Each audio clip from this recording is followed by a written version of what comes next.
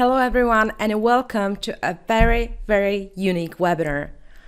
Unique because the keynote speaker for today's webinar, it's not going to be me, but it will be Robert Pardo, who will be interviewed by my colleague Cornell. And Robert Pardo is, without exaggeration, a true legend. He was at the birth of automated trading globally some 30 years ago. So he has an incredible amount of experience and has developed dozens of strategies. He has revolutionized the approach to algo trading worldwide. He came up with a lot of methods for analyzing and testing robustness that we use to this day and that we work with ourselves in that advanced course. And I can say with absolute confidence that it's definitely worth your time to watch this interview with such a legend.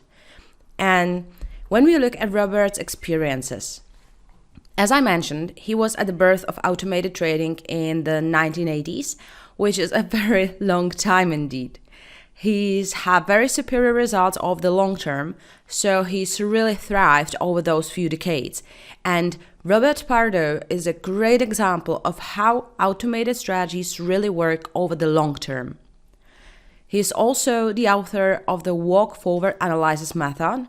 That's the method we use to test robustness, but we don't use it in Strategy Lab. We use it in more advanced course because it has its undeniable advantages. Robert is the author of legendary books about automated trading, and in his talk today, he's going to focus on robustness testing, the sustainability of automated strategies, and he is also going to talk about recommendations for beginning traders that I hope and I really do believe a lot of you will find useful. And additionally, Robert is one of our clients. We are preparing a special version of Strategy Quant for him to better fit his style of strategy development. And even within his talk, he mentions that Strategy Quant is a great piece of work. And we are honestly very happy that an icon like Robert has given a positive response to our software that we've been working on for over a decade. I mean, it's really great. I mean, what you want more? Besides that, the world universities are using our software.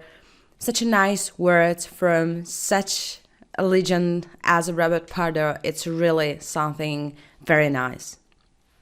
But now let's get right into it. So take your time, make yourself comfortable, and enjoy the interview with Robert Pardo. Hi, I'm Bob Pardo, and I'm speaking to you from the Chicago suburbs in the United States. I'd like to thank the folks at Strategy Quant for the opportunity to talk with you folks today. And I, as some of you may know, I'm considered to be an expert in strategy development, and I'm going to give you some of the main guidelines that I use in building strategies and give you some ideas of why they're important. But before we do that, I'd like to give you a little bit of my background so you understand that I do know what I'm talking about, and in fact, I walk the walk. I don't just talk about this. So again, I'm really talking about the importance of robustness in strategy development. And I started out doing this in the early '80s as a software developer. I was one of the very first people to actually build trading strategies that actually worked with a microcomputer for the individual investor.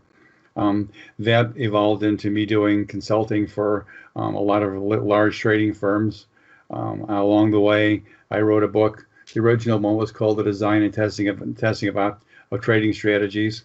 I updated it in 2008, and also I am the creator of walk-forward analysis, and we use walk-forward analysis to actually develop all the strategies we've ever used, and we use walk-forward analysis to actually develop the strategies we're using now in our new program.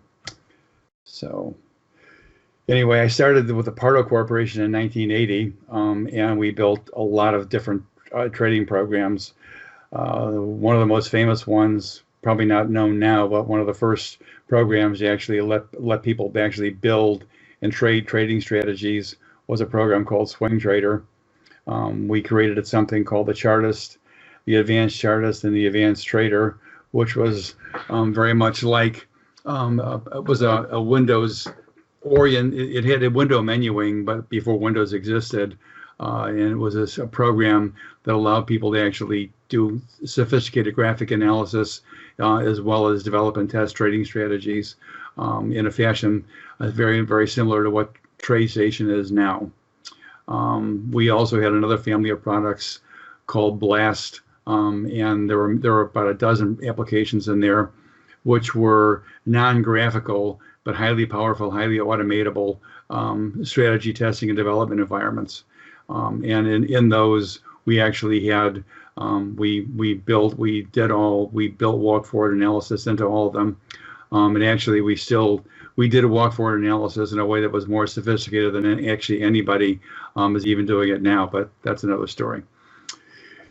In any case, in some of those strategies, actually, we wound up creating an application called XT, which was actually it was a strategy development platform plus a whole portfolio of strategies, which we leased in those days for $25,000. And we, in the process of doing all this, I was approached by Goldman Sachs to create a customized version of Advanced Trader. That project lasted for quite some time, and we actually built them a real-time version of Advanced Trader, which actually ran in OS2, which it came and went very quickly, but it was a very good operating system. And after that project ended, I did a joint venture with Daiwa Securities of America. I had a client, the person who headed their U.S. operation was a customer of mine on the software side, and I approached him about building a multi-strategy money management program. And that project ended. They actually gave me the rights to all of the strategies that we developed, and one of those strategies actually became XT99 Diversified, which was a program we ran with Dunn Capital Management. They were a pioneer in algorithmic trading they started back in the late 80s, and I started working with them in 98. And we ran XT99 Diversified for about 12 years, and it produced real-time returns of about 19% a year annualized rate of return, with our best year actually being 142% in 2008. Interesting to note, by the way, that is one of the, certainly, I, as the creator of walk forward analysis, of course, I'm a big advocate of it as well. But it's interesting to note that the strategy that became XT99 Diversified and that ran for 12 years with Dunn actually was built in 1993 with walk forward analysis. And the only thing that was ever changed about it was the way in which we did the walk forward analysis going forward. I originally built what became XT99 to be a faster program. Dunn wanted it to be a slower program because they trade very big size, and especially in those days before the electronic order entry, it was more difficult to trade fast. What would be considered fast now, but fast in those days, which was every day or every couple of days. It was hard to do it with a lot of money, so they slowed it down a little bit. And we actually ran a slower walk forward as opposed to the fast one that I originally developed it with, but nothing else ever changed. We never modified the strategy from 1999 to 2012 when we stopped running it, other than to update the parameters. XT99 also was cited over 35 times for top trading performance in various categories, largely by Barclay Hedge. I was also fortunate enough to actually be featured as one of the top traders in 2008 in Futures magazine. This is the latest version of my book. The first one was written in 1991. And back in those days, it was referred to as the Black Bible. Not to sound heretical, but that's what a lot of people called it. And that in that book, I really mapped out what is now considered to be common practice in optimization, although a lot of people still don't actually do it to the same degree of thoroughness that I mapped out in my book. And even though I had published an article about walk forward analysis prior to this, I really explained walk forward analysis in the most detailed presentation that's yet been published in that book. And then I did it again. I didn't really change it very much for 2007 because it didn't really need any change, at least in my opinion. So, the thing is, I developed, walk forward analysis really is a sophisticated application of out-of-sample testing, as some of you may know. It's now considered the gold standard for optimization. And even though some people in machine learning they prefer what they prefer another method. It really is, if it's done properly, it's as thorough as cross-validation, and in many cases, probably more thorough. But I actually developed it out of pragmatic necessity. I had really found that when we were building the strategies with our software in those days, I don't know how far back many of you know about microcomputers and so forth, but in those days, if you had a 1 megabyte of memory, you had a lot. And as you might imagine, it was very difficult to get it to load a lot of data. So one of the things one of the ways we compensated for not being able to load 10 years, which you couldn't do in those days, at least not in any way that's rapid. And we actually found that by looking at a smaller window and periodically re-optimizing it, we were able to actually do very nicely. So we essentially realized, well, we were originally kind of doing it a little bit by hand, as some of my customers were, and we realized, well, that's something that the computer can be taught to do. So we did, and I've never looked back, because at this point in time, I'm going to jump ahead a little bit in the story, but at this point in time, I've probably run at this point in time literally hundreds of thousands, if not millions, of different optimizations with our computers, and I've never had any reason to not use walk forward analysis. I've had a lot of reasons not to use just simply a straight optimization, because it's very unreliable. But walk forward analysis has proven itself again and again to produce strategies that perform in real time like they perform in testing. So let's see. So anyway, that's a quick thumbnail sketch of my background. I started doing this business back in 2015. I released a program called Ranger in 2018. We released Ranger Alpha, which are strategies that run on 60-minute E-mini, the E-mini, and have produced over almost close to 300% return since their release. And that's actually on relatively conservative leverage. And we're also, I'm very pleased to be able to say we're going to be releasing a Ranger version for SQX sometime in July or August of this year. So, one of the reasons why I wanted to kind of show you the diversity of my background, software development and consulting to top trading firms and trader, is I want you to realize that coming up with something like walk forward analysis and developing the confidence that I have in it is based upon years of experience and upon the fact that, when you're a money manager, you only get paid if you perform. So, we built XT99 Diversified, as I mentioned, with it, and was maintained with walk forward analysis throughout its life. Ranger Alpha was created and is maintained with walk forward analysis.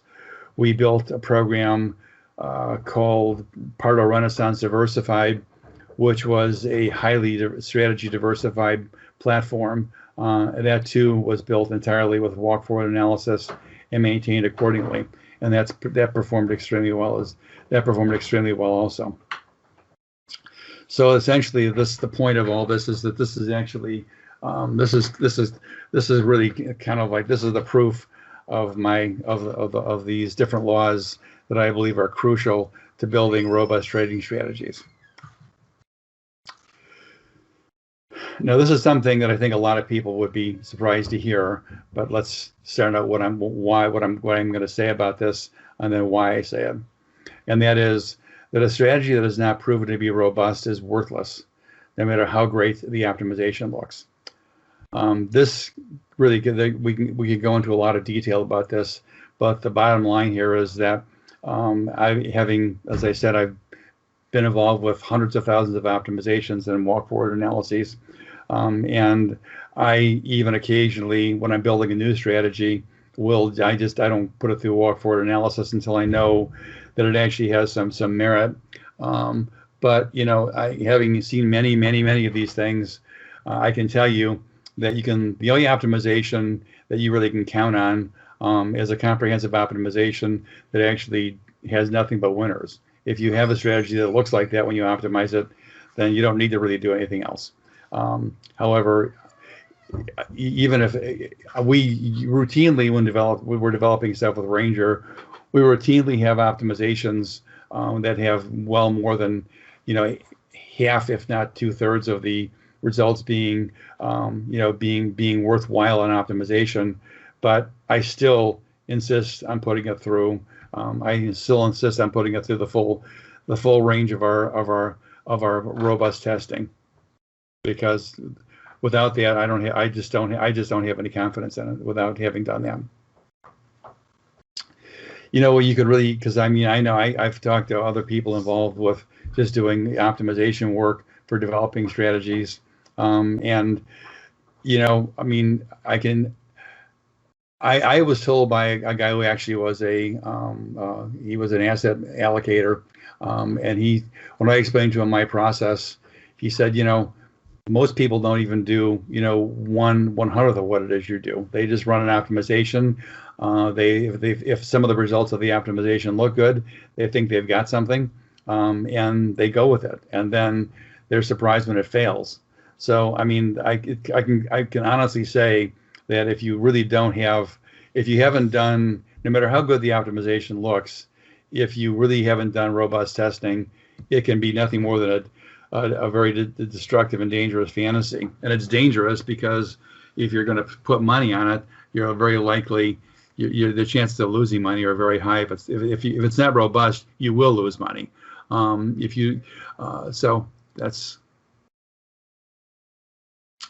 So robustness, you say, what's robustness? Robustness in this context is a little different than what people think of a robust health, for example, although it's analogous to it. But in other words, robustness really is a term we use to decide whether or not a strategy will produce real-time trading results that are in line with its testing profile. One of the things we have found with walk-forward analysis is if you do it correctly, your real-time results will very closely model your test results. So this leads me to my second law. A strategy that has been proven statistically robust will produce real-time trading results that are very much in line with its historical test profile. In other words, what you see is what you're going to get. This is, I know a lot of people think that when you do an optimization, this is what's going to happen. You're going to do an optimization, and it's going to give you results just like what you've done in testing. There's a lot of ways you can fool yourself with optimization. One of the worst of which is optimizing lots and lots and lots of parameters in a strategy. And I don't know how many of you people have ever done any work with actual statistical modeling, but I learned the hard way years ago when I was first doing Fourier analysis to do cycle forecasting. When I first started fitting curves with Fourier analysis to these markets, the curve matching was ideal. I thought to myself, wow, this is amazing. This is going to be great. But what it really boils down to is if you don't do it right, all you're really doing is curve fitting, which is not the same thing as actually doing optimization or robustness testing.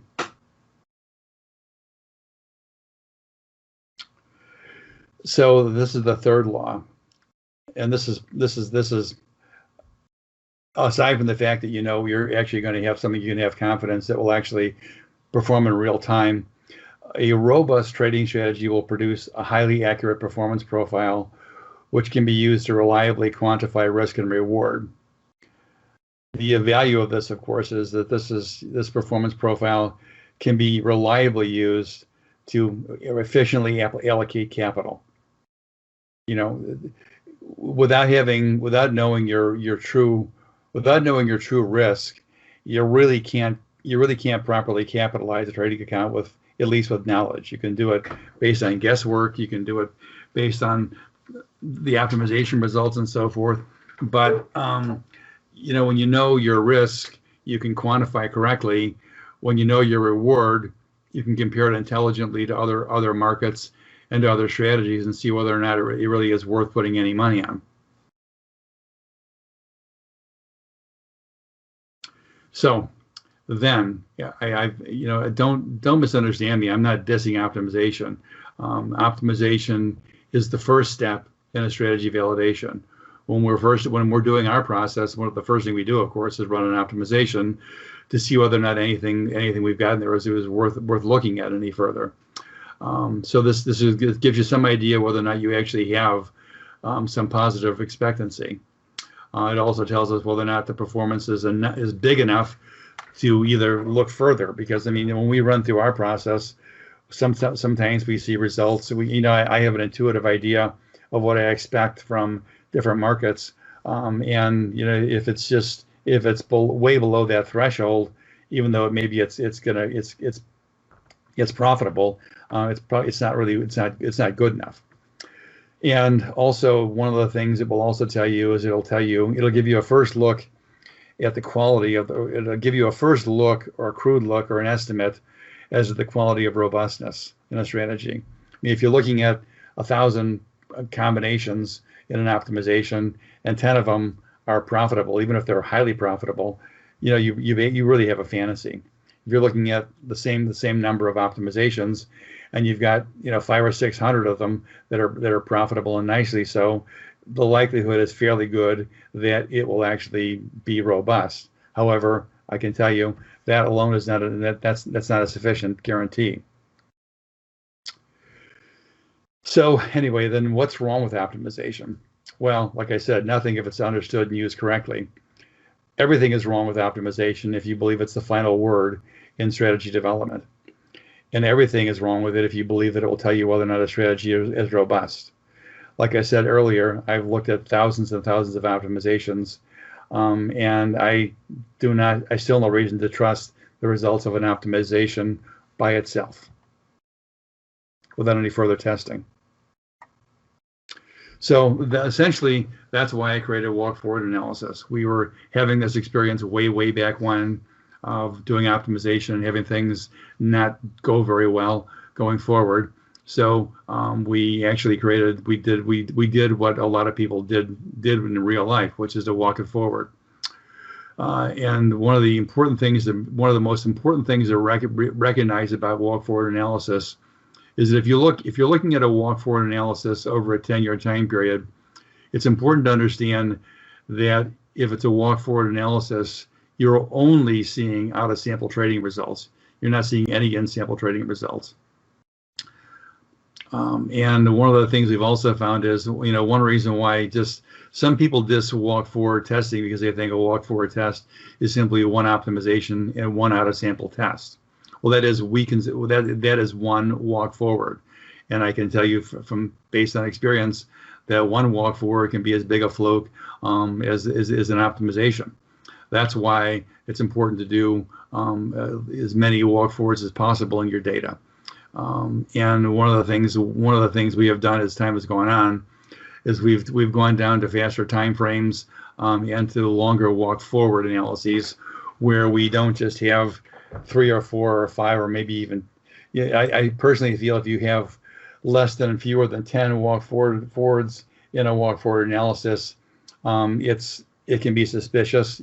It's possible, but it's way better to have a walk forward analysis that has 20 or 30 or even more walk forwards in it.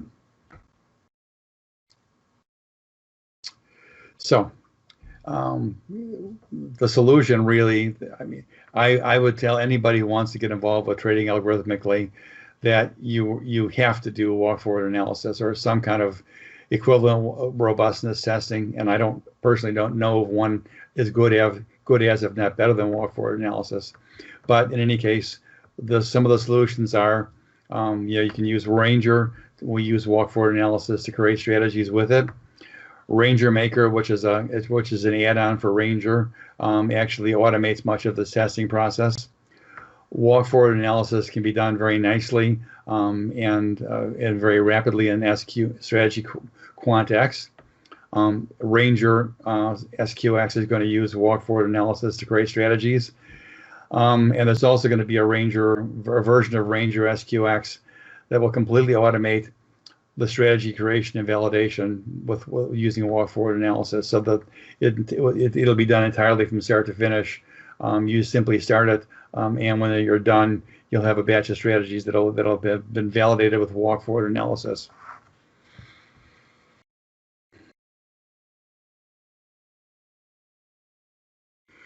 Okay, so if anybody wants to get in touch with me, this is how you do it.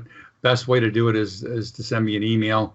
I'm usually pretty prompt about answering them, but I am often really, email's best. Let's put it that way.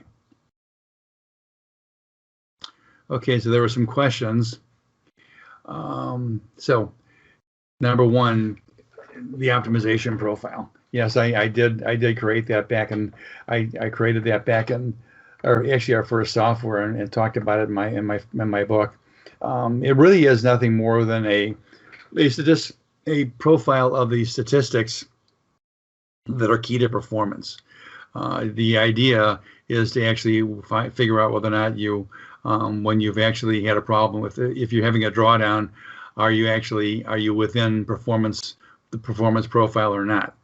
So we look at things like the number of losing trades, the number of winning trades, the average runs, average trade size, average drawdown is we keep in mind the max drawdown, but what's more important is the average drawdown and also the duration, the average duration of the drawdown. So it's basically just what you want to know is that in real life you're performing in line with your profile. And one thing that's kind of important to note, that there's a little dynamic component to this, partially because if you're trading a strategy, and certainly we've seen this in markets like Bitcoin and markets like, and certainly the stock market, which has just been in a never-ending bull market, you basically, as a market goes up in value, the volatility changes. So if let's say your volatility actually doubled in a year from what it was in your test profile, you kind of expect, experience has shown that you generally expect that if volatility doubles, your risk and your reward may well double. So if your average drawdown, say, was $10,000, and that was based on volatility A, and then we're at volatility B, which is twice volatility A, it might not be a real surprise if your drawdowns go up to like $15,000 or $20,000. But in line with that, it's important to note that if your drawdown is going to go up, your performance also had better go up. If it doesn't, let's say, for example, this is how the profile would actually help you. If your drawdown volatility doubled, your drawdown went to doubled, but your performance halved, that's telling you something's wrong. Are there any other techniques besides walk forward analysis that can be used to test the strategy robustness? Well, I know that some people use other methods. The one that I have the greatest amount of respect for here at this point in time would be cross-validation, which is very similar to doing a number of walk forwards. But I'm not aware of any, and I'm not, I personally am very confident in walk forward analysis. So I'm kind of the school that if it ain't broke, don't fix it. How long does a profitable strategy usually last? Well, I think I pointed out earlier in the presentation that, that the strategy we ran in XT99 was actually built in 1993. We started trading it in a version of it in 1999. Never changed. We never changed the strategy at all in all that time. We only changed the parameters, and we would do a little mixing of the basket, but that's a different story. And in fact, these same strategies are still working very nicely now. So, in general, so that how long is that? Is that that's more than, it's about 27, 28 years. So I personally think that a profitable strategy. Question to this one? I'm sorry? Yeah, may I have additional question to this one? Sure. Yeah, because many people say that markets are changing and there are new Bitcoin and other assets, that life period of strategies are shorter and you need to adapt them more often. Do you see it from your point of view, from experience, or rather you simply, once you develop very robust strategy, then it can last for years? I think ultimately, yes, markets do change, volatility changes, trends change. The simple truth is, one of the other great benefits of walk forward analysis, and one of the things that we didn't talk about, is that walk forward analysis, and probably one of its best benefits, it's adaptive. So your parameters will change in response to changes in regime, in response to changes in trend, in response to changes in volatility. That's one of the great big advantages of it. So we have, we have, part of the thing is, I've been an advocate of having multiple strategies, and we are fortunate to have, we're fortunate to have hundreds of strategies that are profitable. So one of the things, that's a great opportunity. That's one of the reasons why I'm a big advocate of something like Ranger and SQX, is that I think it's a wise idea to have as many strategies as you possibly can have, because even if a strategy is profitable, it can have a drawdown when some other strategy is doing extremely well. So there's not a really, I don't think you really can say there's a hard and fast rule about this. But I think if somebody tells you that a strategy is going to last you for 2 or 3 years, then you have to throw it away. I think you really haven't built a very good strategy. That would be my take on the whole thing. Thank you. Does that answer your question? Yeah, it was perfect. Thank you. Sure. Well, this is how often you recommend reoptimizations of the strategy parameters. Well, that's about as easy as it can possibly be. That's dictated by the walk forward analysis. So all of our stuff has a calendar when you have to reoptimize it, and you just simply go by the walk forward analysis you've chosen. I don't think you can say. I know in truth, with XT99, because Dunn thought it was an interesting idea, we would do the reoptimizations once a year. So we actually wound up doing essentially a 10 by 1 a 10 year by 1 year walk forward analysis. And so I know that in fact people have done, they have the bad habit of when they get into a drawdown, they don't like having the drawdown, because who does?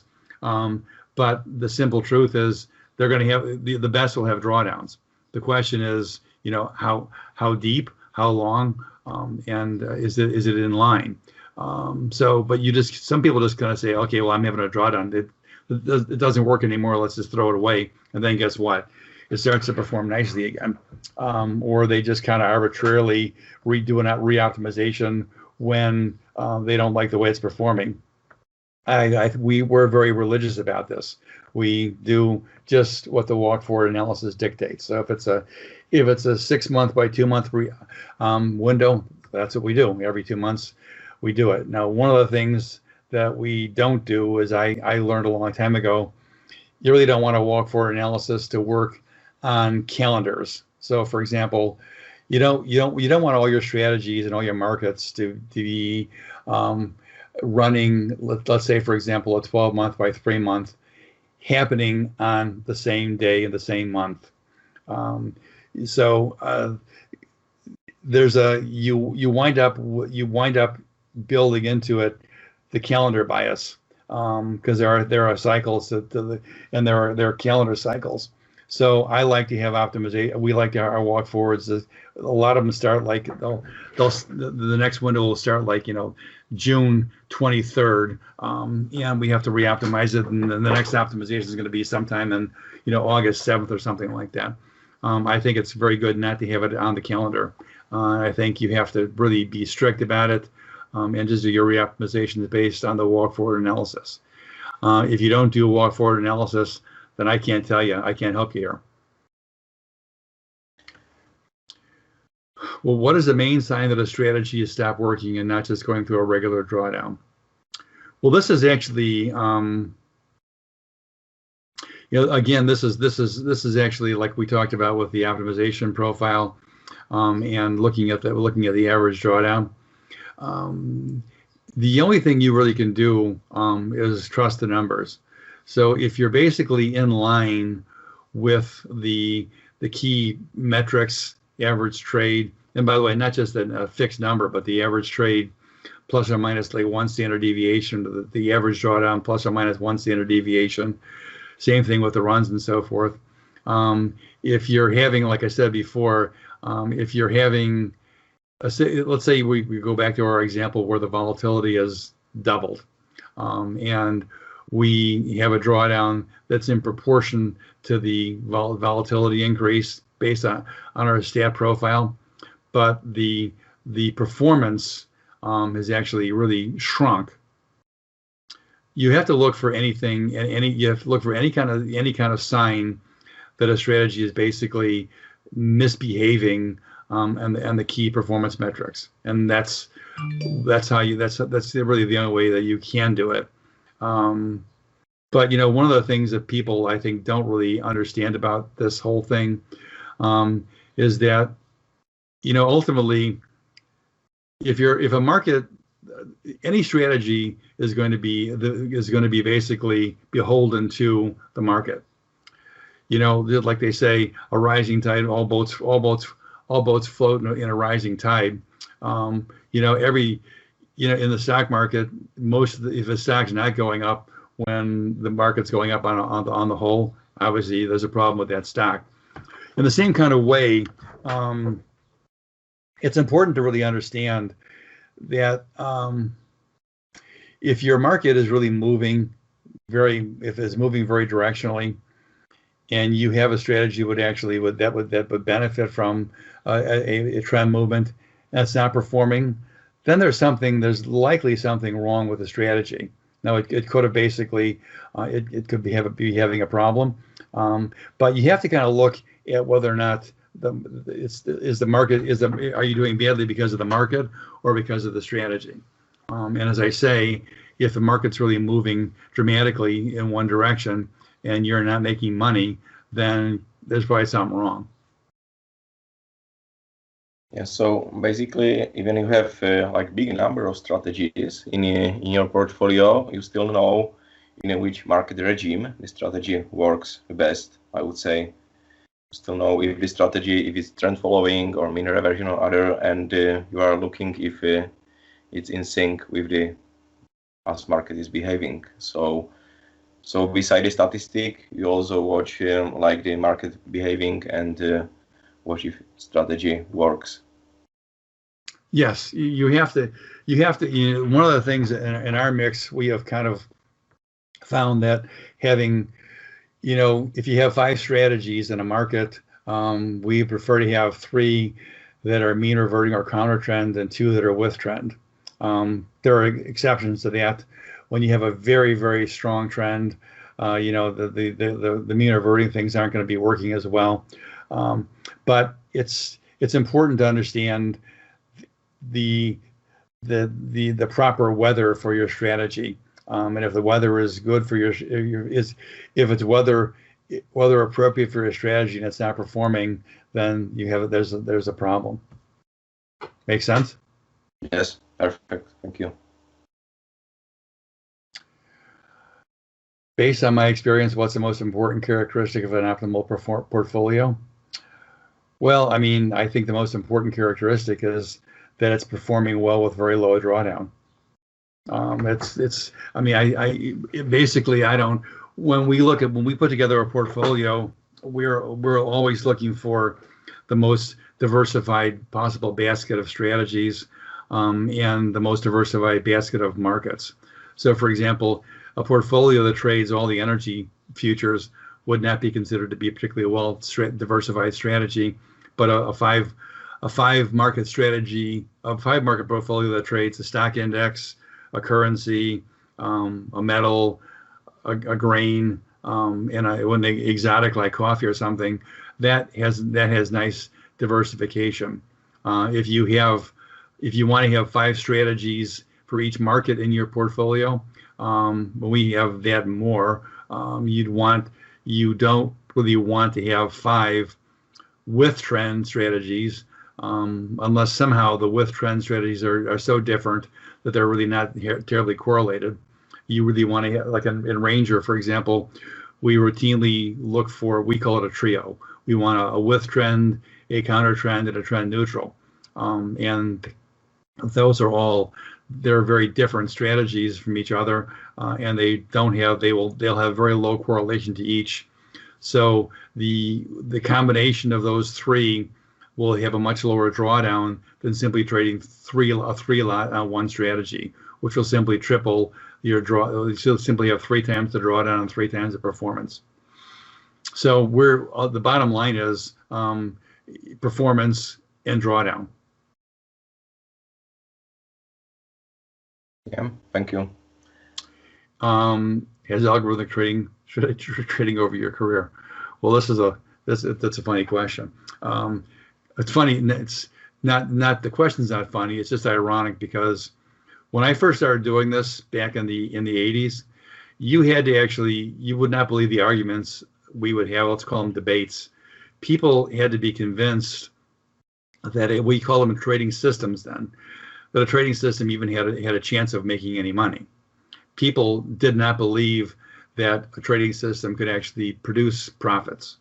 They only believe that what we call discretionary trading now could be profitable. So I think the first big, and now the irony I find is that in some worlds, people don't really believe that a discretionary trader can make any money, and they only believe that algos can make money. And the truth, of course, is in the middle of all that.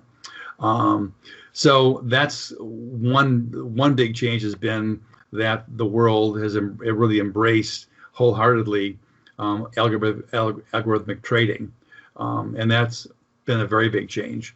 And it's not a coincidence that it happened along with the rise of computing power. The other thing that, of course, has really changed is that most amateur traders don't do this, but the high-speed trading has really become a huge factor in trading.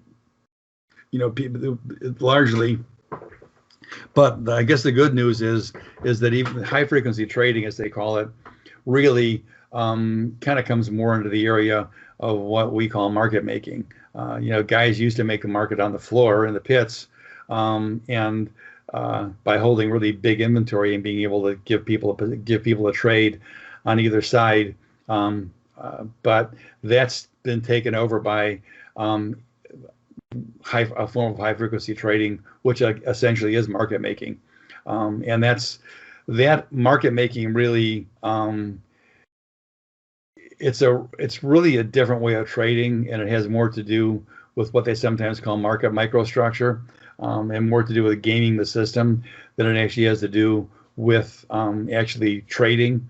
It also has to do with the fact that in Chicago, I think we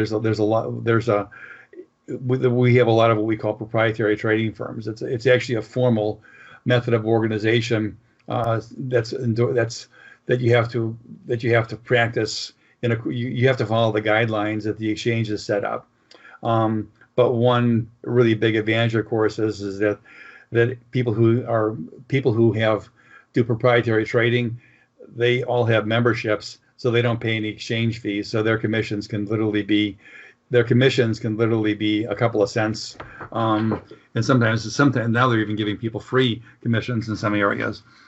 So that's, and also with the prop trading firms, they are able to use leverage in ways that the average individual can't. So hedge funds who trade stocks all use leverage, because the hedge funds leverage stocks usually about 10 to 1, which is approximately similar to the leverage which is native to trading futures. However, with a prop trading firm, you can add leverage on top of that. So not only do you have the leverage of then it gets more like at Forex. Not only do you have the leverage of the 10 to 1, say, in futures, but if you're leveraging it 4 times, then you're actually leveraging 40 times. You have 40 times on the asset value. So some of these things have really been the changes. But the simple truth is, people like to think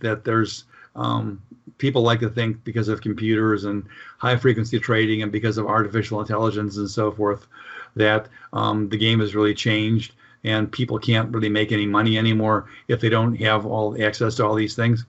Well, that's just not true. So that's the good news. And I actually have a presentation about this. But the good news is that markets still will have trends.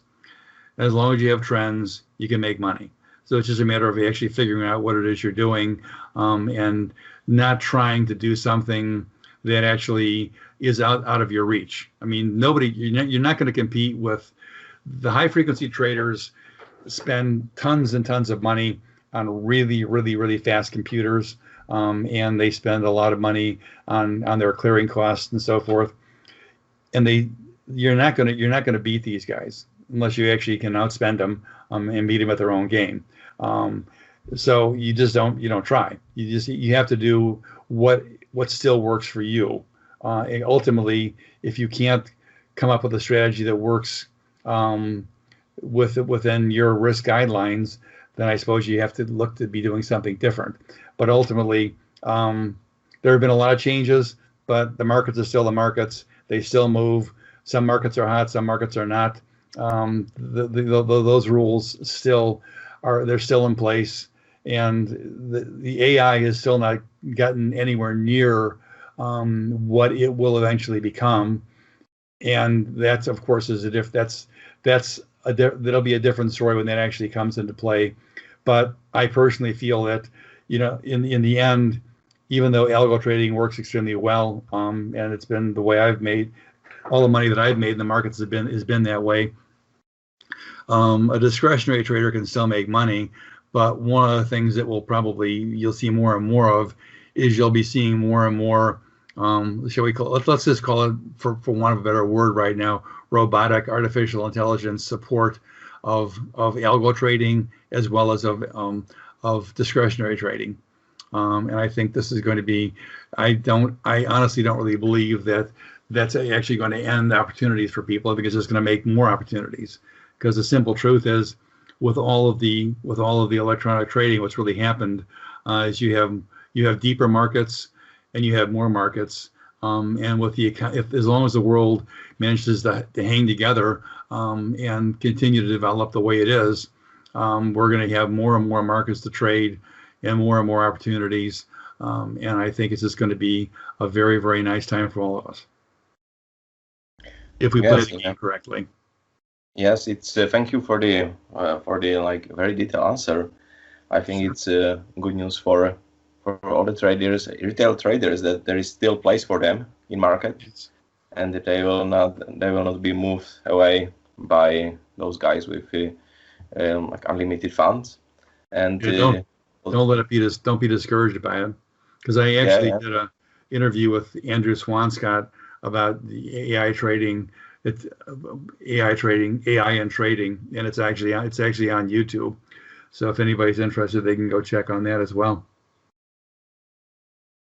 Yes, in strategic one we are trying like having balance, like using computer power, but still be able to put your ideas in it.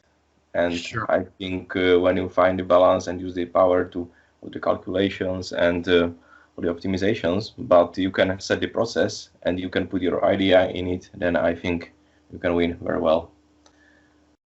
I agree. Yeah. You guys are doing a nice job with your stuff. It's very nice. Thank you. Yeah, I think we can move to the last question. Is there one more? Oh yeah. Oh, sorry. Yeah. Sorry. A long history of trading. Yeah, that's for sure. I think a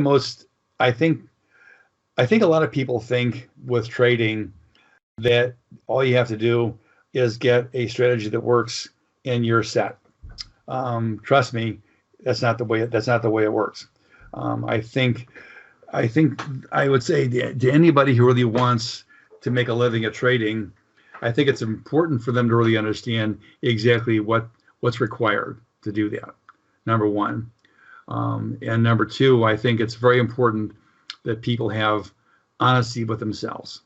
If they really can't put themselves in the seat of a trader and be comfortable with it, you probably are better off giving your money to somebody else to trade, because you're probably not going to do very well. All the traders that I know who have been successful are very honest with themselves, and they actually there are certain qualities that are important to being successful in trading. And even when you're doing discretionary trading, you have this idea that the computer is pulling the trigger. Well, that's true if you let it. I can't tell you the number of stories I've had of customers of mine who've had great strategies who just refuse to take the signals and find all kinds of ways to mess with their strategy and screw things up. So it's important to also know what it is you want from trading. A lot of people, I've seen when I used to be in brokerage many years ago, I saw a guy come in with $15,000 cash when that was more like $50,000. And he actually blew himself out in a matter of 2 days. So I mean, it's important to understand that trading is a business. It has challenges. It's gonna, in all likelihood, I don't know that anybody's ever going to go through trading for any length of time and not get whacked. I mean, I remember years ago when I was working, when we're running XT99. And the first Gulf War went hot. We were actually, in that month, we were up about 15%. That day it went hot, we lost 11%. And I know my son was looking at me when I was looking at the computer screen. He said, "Dad, are you okay?" And I said, "Yeah, I'm okay." Why? He says, "Because your face just went white. All the color drained from it." So it's going to happen. And if you can't live with you don't trade to be right. You don't trade for thrills. You don't trade to gamble. You trade to make money, and it's a business, and you have to run it like a business, and you have to be able to have the self-integrity to know you can run it like a business. And then, of course, the next most important thing is if you have that, that's the most important. That's, I think, maybe the most important thing, because if you have that, you can also apply that to building strategies. And the other equally important thing then is to make sure you have strategies that are robust, and then to make sure you have the strategies integrated into a portfolio that you can afford to trade. And a portfolio that has enough money in it so you can withstand the drawdown and come back to keep on trading. And this is what I would say to anybody. It's a lot of people think it's a very tough business. Most people who enter it, like in most businesses, don't succeed at it. And if you can't be devastatingly honest with yourself, and if you can't be completely objective about your trading and about your strategies and so forth, you'll never make any money as a trader. So that would be my advice: honesty and robustness. Thank you very much. You're welcome. For giving us your time and sharing your experience. I really appreciate it. And from my experience, many our customers from Strategy Quant are asking those questions, because it's always like they create strategy and then strategy has drawdown and they need to deal with it. So I think it will be really interesting for them to see all this problematic and this area from someone who has this long-term experience and go through the numerous those crises, drawdowns, everything, and finally survived and can give some truth and some advices. So again, thank you very much for your time. My pleasure. I hope it helps.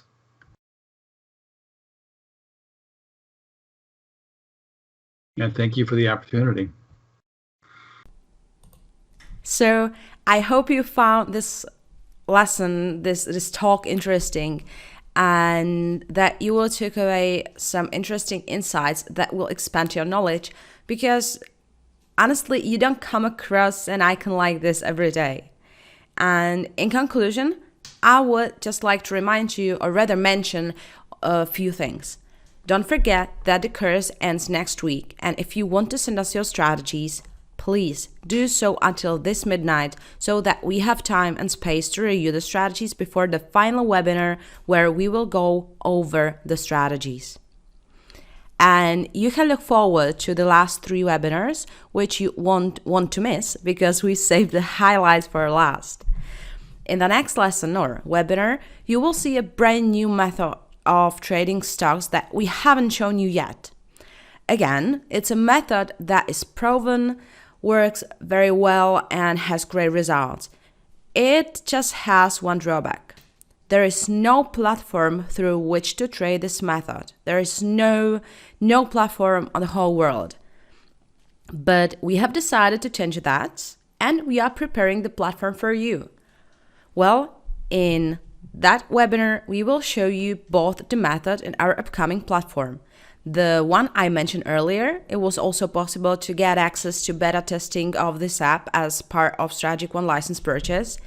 And if you remember, those who decided quickly and bought the license with special bonuses got access to the beta testing for free, plus 6 months of the full version for free. And we've decided to offer you another, not the same, but very similar opportunity.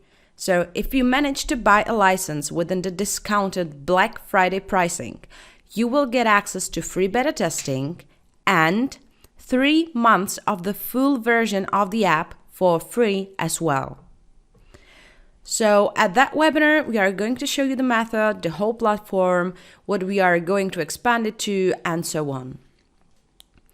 In the next to last webinar, we will show you how to build your own business on ATS, because there's really still not a lot of quality strategies on the market, but a lot of people want to buy them.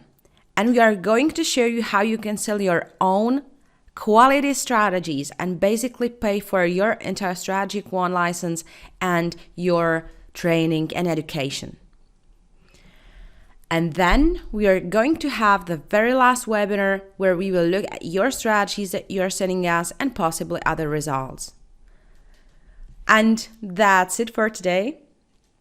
Don't forget, you have the last few days to take advantage of Black Friday pricing on the Strategy Quant license and our courses on lab.sq.academy/strategylab. And if anything is unclear to you, feel free to contact us on our email or in the members section discussion forum. So thank you for your attention, guys. I really hope you enjoyed this webinar. Have a great day and see you next time.